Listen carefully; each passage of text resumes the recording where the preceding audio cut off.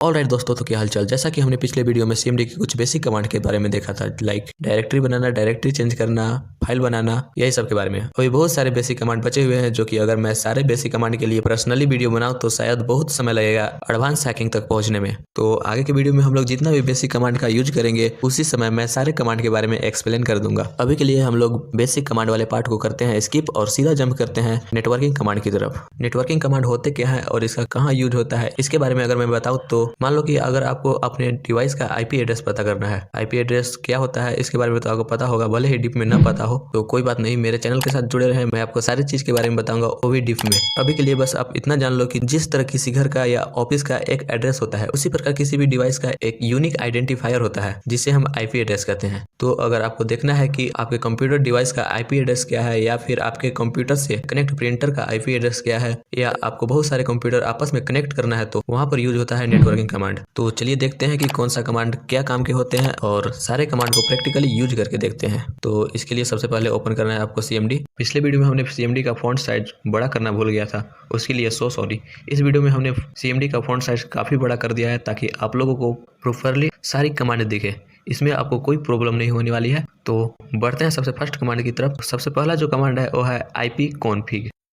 IP config का यही काम होता है कि आपके सिस्टम में नेटवर्किंग से रिलेटेड जितनी भी इंफॉर्मेशन है उसको प्रोवाइड कराना, like IP address, subnet mask, default gateway, DNS server, यही सब की इंफॉर्मेशन देता है। ये सब क्या है इसके बारे में मैं नेटवर्किंग वाले पार्ट में विस्तार से बताऊंगा, बस आपको मेरे चैनल के साथ बने रहना है।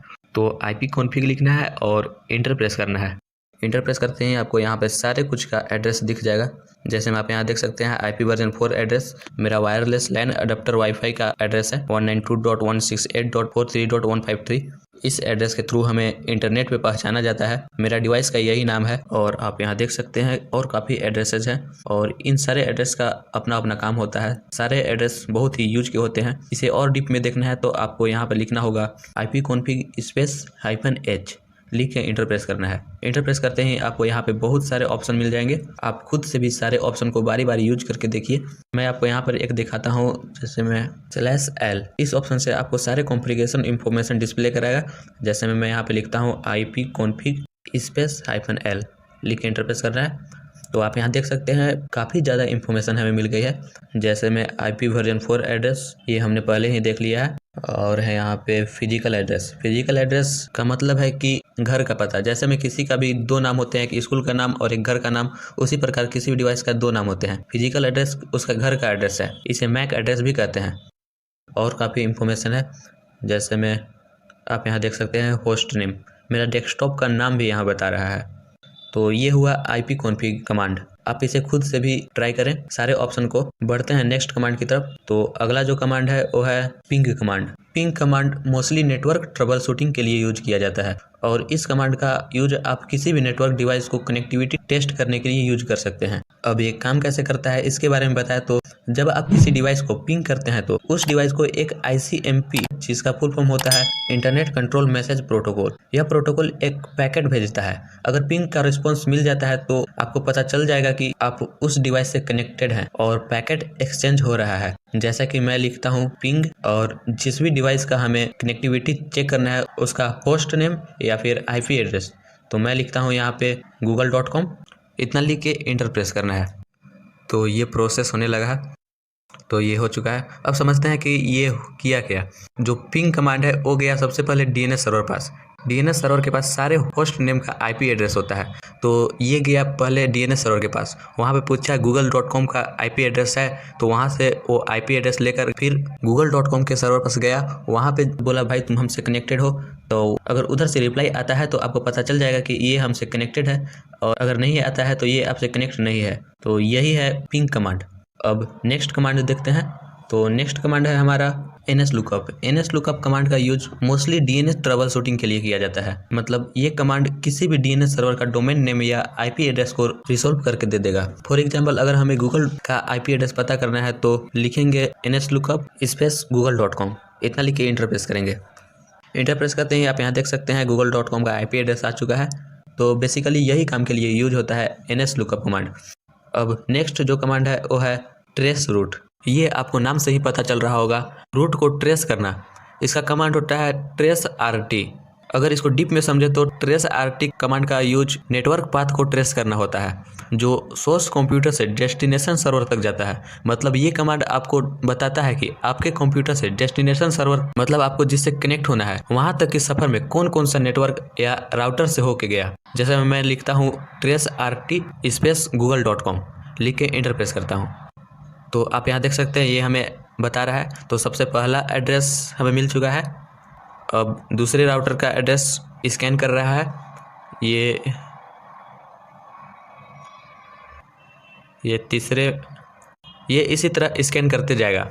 मैं इसे बंद कर देता हूँ। ये जब तक डेस्टिनेशन तक पहुँच नहीं जाएगा तब तक रास्ते में आने वाले सारे राउटर का आईपी एड्रेस को स्कैन करके आपको देगा। तो ये हो गया ट्रेस रूट कमांड। अब नेक्स्ट कमांड जो है वो है get mac. Get mac command का यूज से आप अपने कंप्यूटर के सारे नेटवर्क इंटरफेस के मैक एड्रेस को डिस्प्ले कर सकते हैं। पीछे मैं आपको बताया था कि मैक एड्रेस होता क्या है, तो चलिए इसे करके देखते हैं। तो आपको लिखना है गेट मैक, इतना लिख के इंटर प्रेस करना है। तो आप यहाँ देख सकते हैं सारे मैक एड्रेस डिस्प्ले हो चुका है।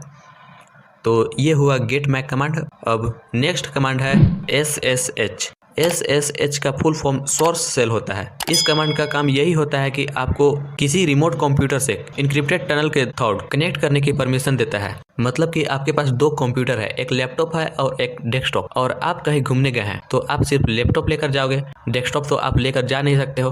तो आप SSH कमांड की मदद से अपने डेस्कटॉप के फाइल को रीड कर सकते हो, राइट कर सकते हो और एग्जीक्यूट भी कर सकते हो। तो आइए देखते हैं कैसे। तो मेरे पास एक और ऑपरेटिंग सिस्टम है काली लिनक्स। इसके बारे में मैं आपको लिनक्स वाले पार्ट में बताऊंगा और ये आपको इंस्टॉल भी कराऊंगा। तो सबसे पहले इसका आईपी एड्रेस देखते हैं। तो ओपन करते हैं टर्मिनल, फिर लिखते हैं ifconfig लिख के इंटर प्रेस करते हैं। तो आप यहाँ देख सकते हैं यहाँ पे इसका आईपी एड्रेस है 192.168.64.128 और आप यहाँ देख सकते हैं इसका होस्ट नेम है काली। तो अब चलते हैं विंडो ऑपरेटिंग सिस्टम में। यहाँ पे आने के बाद आपको लिखना है SSH, उसके बाद स्पेस देना है, फिर लिखना है होस्ट नेम।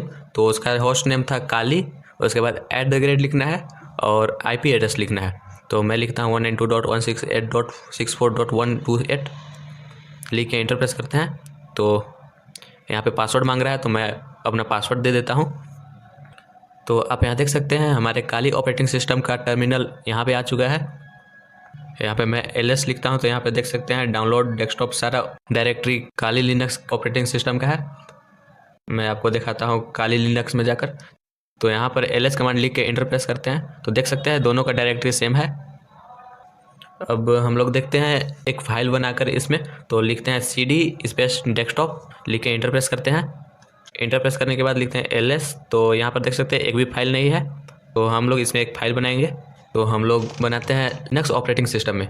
तो चलते हैं लिनक्स ऑपरेटिंग सिस्टम में।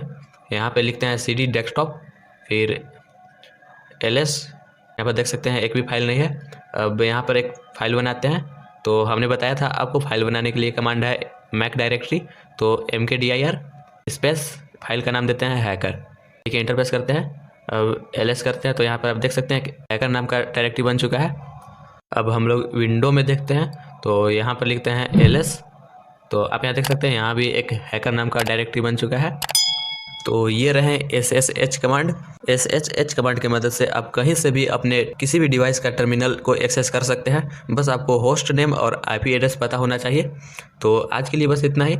उम्मीद करता हूँ कि इस वीडियो से आपको काफ़ी कुछ सीखने को मिला होगा। अगर हाँ तो इस वीडियो को लाइक कर दें, चैनल को सब्सक्राइब कर दें और मेरे चैनल का प्लेलिस्ट ज़रूर एक्सेस कर लें। यहाँ पे आपको सारा वीडियो मिल जाएगा, वो भी लाइन बाय लाइन, आपको कहीं ढूंढने की ज़रूरत नहीं पड़ेगी। मिलते हैं आपसे नेक्स्ट टॉपिक के साथ, तब तक के लिए thank you and good bye.